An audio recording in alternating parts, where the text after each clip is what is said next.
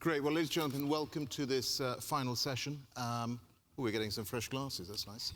I hope you're going to sort of enjoy this. And I also hope that you're going to participate and ask some questions, because we're going to leave a bit of time at the end. So if you have questions, I think there's some way of getting them to me through some electronic contraption here. So just make sure you send those through. We've got two fabulous people here with us to talk through these issues. And what we're looking to do is to explore all the key outcomes, what came out of COP28, and basically how is the private sector going to help maintain the momentum on delivery. And we just heard the Brazilian ambassador talk about the issue on delivery, and I think that's going to be absolutely key going forward. So Francis, if I can start with you and ask you, how has the high-level climate champion role evolved since COP21? I mean, you've been involved in 2020, so you worked with the COP26 team and further teams as well. How has it evolved? And really importantly, how has it evolved in terms of working with the COP president of the time? And then sort of thirdly, how do you then end up actually making a difference in terms of delivery? Sure, okay.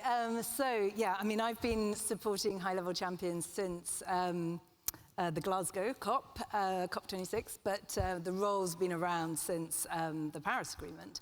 But what we've really seen more recently, and I think, you as president of COP26 really showed that as we move into this era of implementation, the presidency also does a lot more on the action agenda and has initiatives to really support the negotiations, because you need this all-of-society implementation side now, and it's not just about rule books, etc. So what we really try to do through the high-level champions, obviously appointed by their presidencies, but then work in partnership together in their role leading the Marrakesh Partnership. And we try to make sure that we're as aligned with the presidency as possible, so that we make sure that we're mirroring the thematic days and really trying to make it as convenient as possible for the private sector to turn up for a few days instead of an entire 2 weeks. We try to make sure there's sort of longevity between high-level champions. So we have our different campaigns like the Race to Zero and Race to Resilience, so that we're always having the non-state actors coming in knowing what good sort of good looks like, what they should be doing to play their part and keep that mobilization going. And then the different frameworks as well. So each high-level champion can really dip into an area that they're very passionate about. We've seen Egypt looking a lot on climate finance and development. The UAE looking a lot at nature. We're expecting Azerbaijan's high-level champion to really look at business engagement and SMEs in particular. So really try and sort of make sure that the two are coming together. And I think we saw this in practice a lot in the UAE, but I can talk about that a little bit in another answer. Okay, super. Thanks for that. So, Jen, if I can turn to you. I mean, SMI has been doing actually fabulous work, and I've seen that at COP26 and subsequent COPs as well. Would you like to just sort of tell us a little bit about how you are leveraging, which I actually think is quite a unique position through the SMI, in corralling the private sector and then trying to drive this whole point on delivery of the net zero goals? Yeah, so, I mean, it really started from this fundamental premise that, following the Paris Climate Agreement, there were clear goals and targets for 2030. And as time moves on, you start to realize we've got less time. And who is delivering? And is it possible to deliver with governments alone? And I think, the reality was, that we always used to talk back in the day about billions to trillions. Trillions are now actually required. Like, who has the trillions? And so the private sector really needed to be at the table in a very fundamental way that we hadn't seen before. And the private sector is enormous. We're talking about the entire global economy. We're talking about every country in the world, multinationals, SMEs, as you were just saying. How do you corral them? His Majesty's way of doing that was, he has, a unique convening power. He brought sector by sector, so aviation, health, energy, finance, asset managers, asset owners, together, one as a community, to say, you are not alone. There's safety in numbers. So if you're in the aviation industry, you don't have to tackle this challenge on your own. Here are your peers. And then, like, over these past few years, the realization is, we can come to a common agreement about the direction and trajectory of that transition. We know what the UN goals say. We need to get to net zero. This is how we're thinking about it and learning lessons and, being able to, fast track things because you're working a little bit more together. And then there's a realization now, like over time, they came together as a coalition of the willing. They had a common understanding, a common direction. But then they realized, like, when it comes to implementation, actually there's interdependencies. It's not just aviation by itself. It's fuel providers, it's agriculture, it's finance, it's insurance. And so now that's what we're seeing in terms of mobilizing, is that, the great thing in the SMI is we actually have over 22 different industry and financial task forces. So we already have a community that we can slot together. If you need insurance, we'll grab one, and it's very quick to make that happen.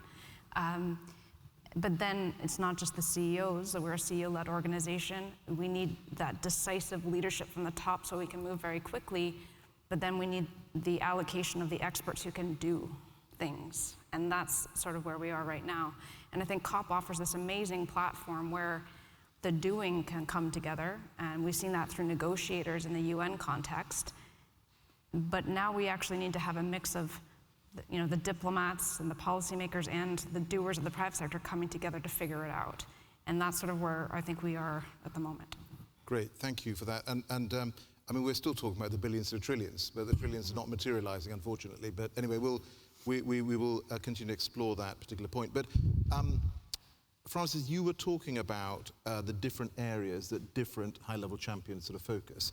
So, well, tell us a little bit about what the priority has been for COP28, and then what do you see as the priorities for COP29? Sure. I mean, at COP28, I mean, obviously, we have to cover everything that the Paris Agreement covers. Sure. Otherwise, everybody sort of feels that they've had their area, kind of deprioritized.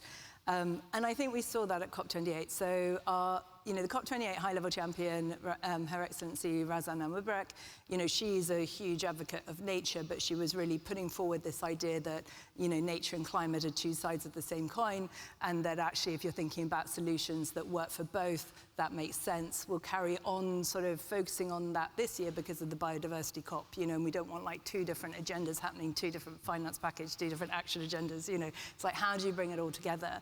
But I think at COP28 altogether, kind of what you saw was a lot of the work that's been happening, through SMI, through the Marrakesh Partnership, all really kind of showing up and recognized in the outcome of the global stocktake. So all those specific actions around transitioning away from fossil fuels, but the tripling of renewables, the doubling of energy efficiency, the halting deforestation by 2030, all the targets in the global goal on adaptation, around water, around health, around infrastructure, around ecosystems, that is all the work that's been happening in the non-party stakeholder side and in that run up to it, and it's kind of coming through in clear messages and being reflected back that we all know what we need to do by 2030, and now we just all need to come together, accelerate that action, and get on with it. So I kind of feel that's the point of the high-level champions, and really corralling that non-party stakeholder side of things, getting those messages crystal clear across all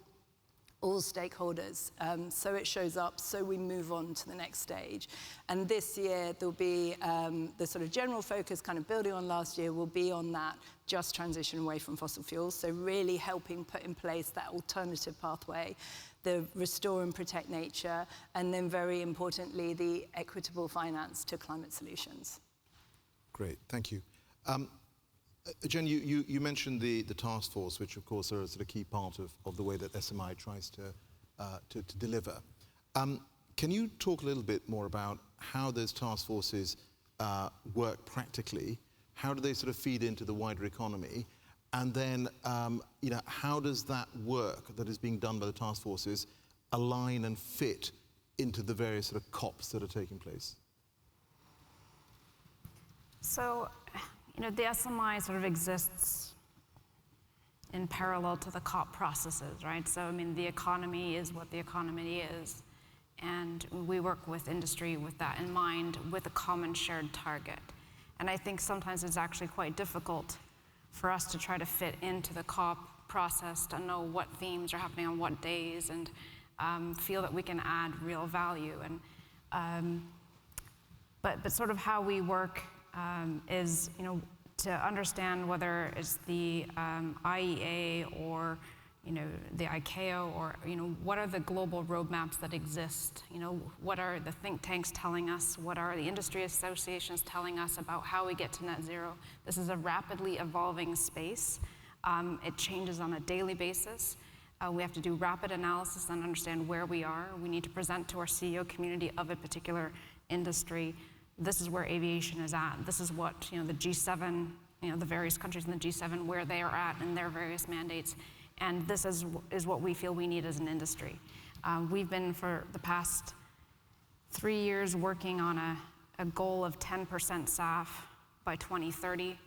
In the G7, we pitched that as a market signal. It's like, if you give us this market signal, we'll be able to invest, and we as airports and airlines and manufacturers will move with that. And we're starting to see pickup, but there's variation across the G7 members. And so, we and these industry task forces need to stay the course. Like, we can't just wait. We said we'd do 10% by 2030. We need to mobilize to that. So we need to understand, okay, well, which governments are ready for it? How do we actually work with them? Where are we going to source? How do we create our own demand? In the US, we're seeing demand being driven by industry, not by a government mandate. So how can you sort of create the drive, the direction, the investment that needs to happen with or without governments? But it requires us to very much understand the government landscape and varying different markets, because it's not even everywhere, and then implement the change. And I'm not saying that we have succeeded. I'm saying that we are trying, and we are trying all angles and knocking on all doors, because this has never been done before, and we have to be all in together to make this real. And any idea is a good idea at this point, because we just do not have enough time. Okay. Francis, on the issue of COP28, and then looking ahead to COP29, we had some big announcements coming at COP28. We had the Loss and Damage Fund with some money being pledged, and there were a number of other sort of announcements. But for you, what was the sort of the big key announcement that came out of that COP? I can tell you what it was for me, but it'd be interesting to hear your thought. Yeah, I think having the consensus around the actions I mentioned earlier, the reference to the transition away from fossil fuels in a just, orderly, and equitable manner. But I do think, with some of these actions, I think what was really interesting was the echo between the consensus around the actions needed, the groups of countries that came together with declarations brought together by the presidency and initiatives, and then the groups of non-state actors that came together. So, for example, on the tripling renewables and doubling energy efficiency, sort of coming together as needed by 2030, you had 118 countries sign up to that declaration. You had over 300 organizations also sign up to it before that, launched at Climate Week New York by the Global Renewables Alliance. We saw something very similar with food systems. You had, I think it's 150 countries signing up to sustainable agriculture and resilient food systems.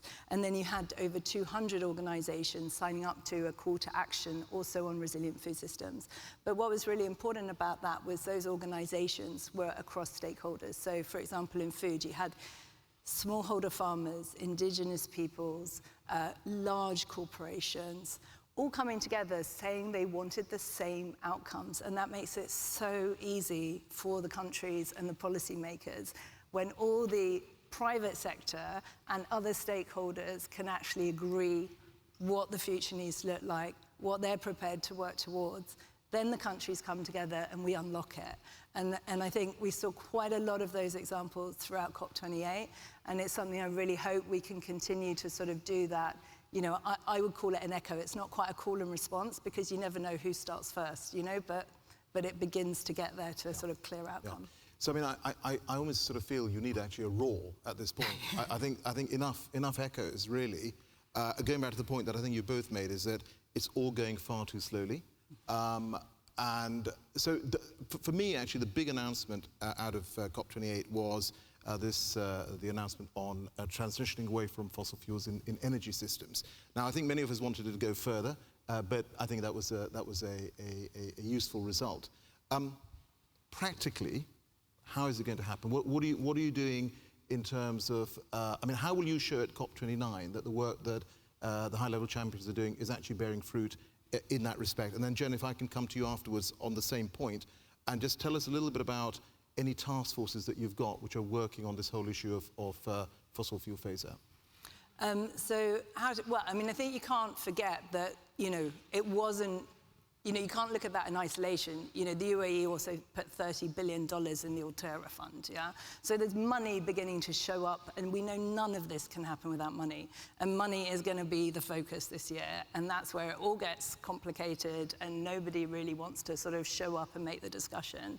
But this is what it's about. Yes, we need to, obviously move away from fossil fuels as quickly as possible, but we need to make sure that that doesn't destroy development, doesn't make some countries really, really lose out. So how do you do it fairly?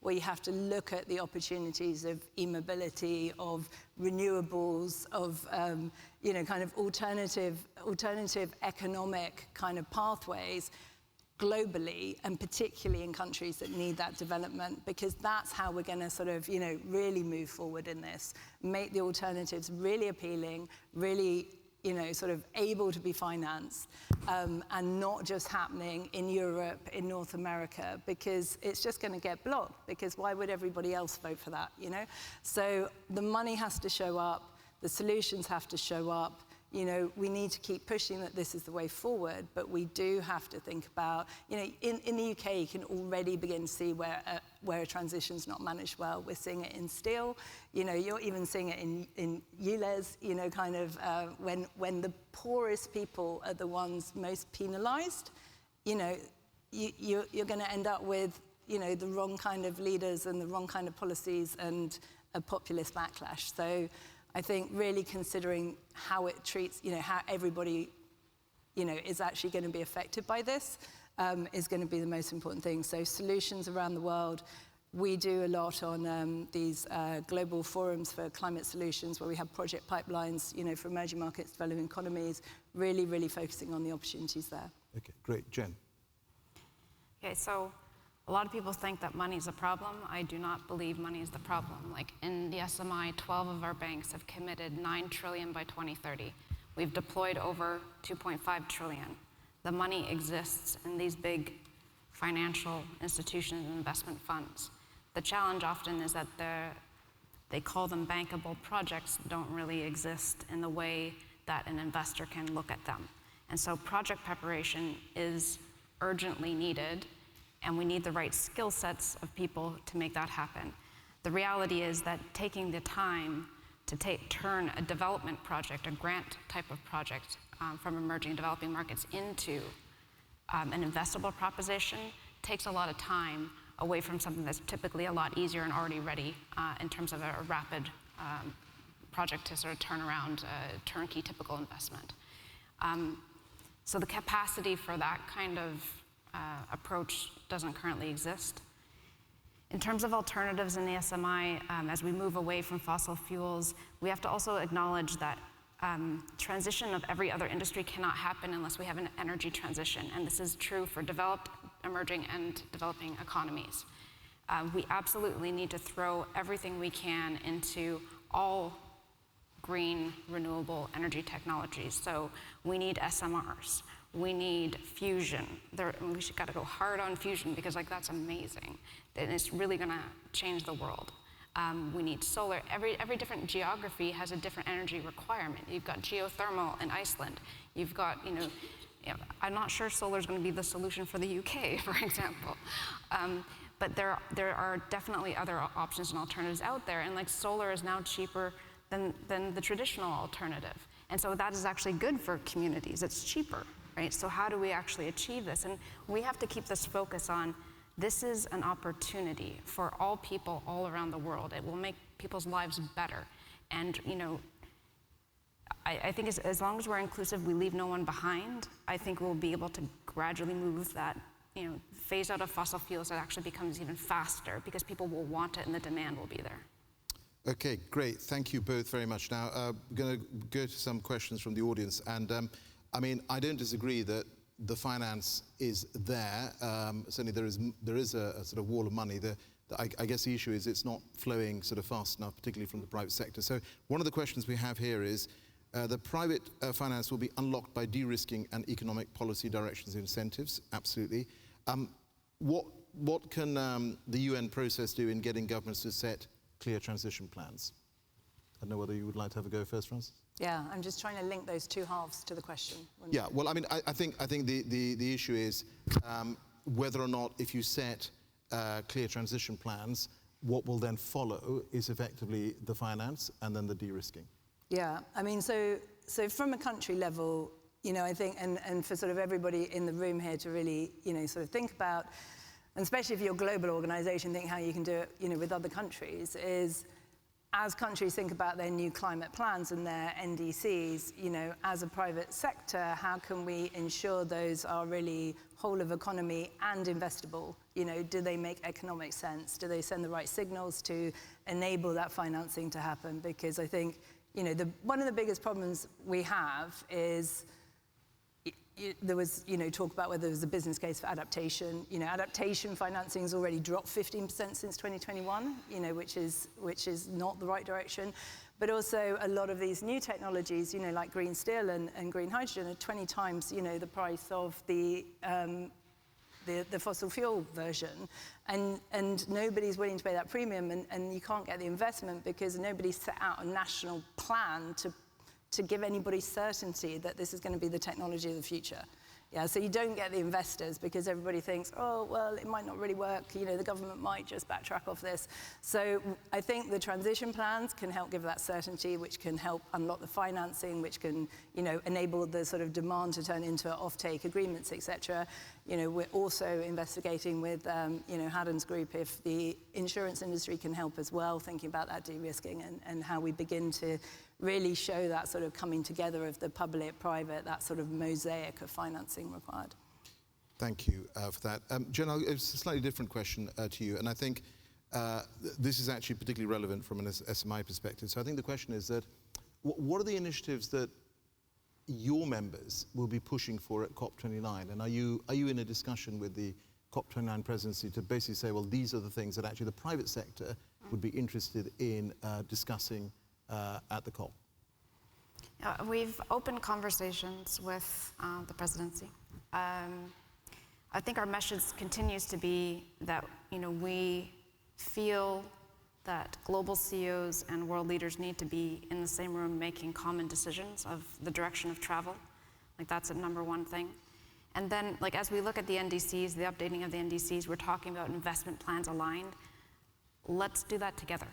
Let's not do it in isolation, because, you know, then it's a two-step process. We just don't have time to do it that way. So what's going to be the forum and the mechanism that we can bring private sector experts with government policy experts with, you know, trade experts to say, how are we going to get this done in a very short amount of time? And I genuinely believe it's possible. I think if you look back at COVID, you had your scientists, you have the private sector, you had the governments all around the world making things happen urgently. And if we treated this as the emergency that it is, I think we can achieve a lot at COP29. Okay, good point. So I think both of you have talked about the different COPs. So, I mean, I think everyone here understands because you've got a climate COP, which is the one coming up in Baku, you've got a nature COP, you've got a desertification COP. Just to throw you a bit of a curveball, which is that, I mean, is there a case for bringing all these COPs together? You talked about the fact that, you know, nature, climate, two sides of the same coin. I mean, I think we all understand that is the case. Should we be bringing all the COP process together? Jen, do you want to go first? Come on. Yes, 100%, and desertification. We, particularly in the private sector, like I am faced, say I have 300 CEOs, all in a couple of months. I'm not going to get them all in one place because they don't have enough time in their days to be able to travel in all places in the world. And then we're siloed in our solutioning, and we're siloed in where we spend our money. Like, that's not efficient from a private sector standpoint. So we need to be looking at this. We need to create global efficiencies. We need to see this as a market-based problem and create the incentives. And we talked about, I mean, we're talking about, you know, energy or technological solutions being more expensive, governments have a role to play in setting the right incentives and switching misaligned incentives and subsidies to help that cost barrier be overcome. And so I think we also need to have a conversation about where can only governments act and where can the private sector act. And that should be part of this COP process as well. But efficiencies would be greatly appreciated. Frances, do you want to tackle that, or should I swiftly move you to another question? No, well, I mean, I'd also be interested on your opinion as a former COP president, because I'm asking the question. I do think, the action agendas can definitely, be really aligned, but I mean, I just think there's too much to cover in one COP, let alone put three together. What do you think? Yeah, so I mean, I think there's a lot to cover, and I mean, I don't think it's ever really been explored, the idea of actually sort of merging them. But I mean, I know from the COP26 process that if you were layering more stuff on, it would really become quite unwieldy. So yeah, maybe we stay as we are. I don't know. But anyway, I'm asking the questions, not providing the answers on this occasion. Let me end with a question for both of you, which is that can each of you give a couple of examples of areas where you think the private sector, working in conjunction with COP presidencies, has actually made a material positive difference? So not just sort of signed up to something, but actually you can look back and say, oh yeah, well actually we started this off in this particular COP and this is what we delivered. So I don't know, Jen, do you want to go first, or? Sure. First, I mean, I want to thank you, because I can remember before COP having these conversations, because COP was postponed a couple of times because of COVID. Just this belief that the private sector has a role to play. And I think if it wasn't for the UK's leadership, we wouldn't be where we are now, where we had over 1,000 CEOs at COP28. What I'd like to see is that momentum continue. Because the wonderful thing is that you have a captive audience in the private sector. They want to lean in, and now is the time for them to step up and continue to lead and drive solutions, no matter what the political context of the day might be. Like, we know the trajectory, we've hit the tipping point. So, I would just say that we just need to be doing more faster together. So. Great. I think there's sort of the dynamic and the kind of the dialogue needs to be there constantly in order to pinpoint, what the actual solutions are, what the key challenges are. I don't know well, I can't imagine seeing the sort of CEOs in with the negotiators, or I just don't know. I think the world leaders and CEOs can come together, that's one thing, but then actually the negotiations is a completely different thing in my view. But I do think that it really helps hearing what is possible, what people are committed to, that generally key economic actors want the certainty, want the movement, want the clarity in order to get on with things and actually feel, stilted in terms of investment by the ambiguity of a lack of sort of, decision making. Will it change the negotiations?